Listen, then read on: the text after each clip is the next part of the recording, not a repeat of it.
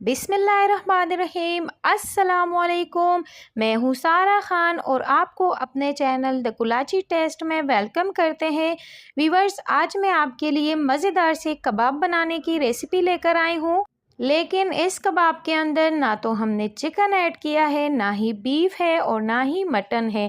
Simple हम बंद गोभी के कबाब आपके साथ शेयर करेंगे। व्यूअर्स, इतने कोई मज़े के ये बनते हैं।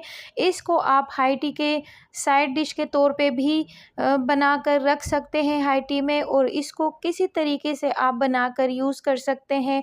चावलों के साथ, किसी भी चीज़ के साथ ये सर्व हो जाते हैं।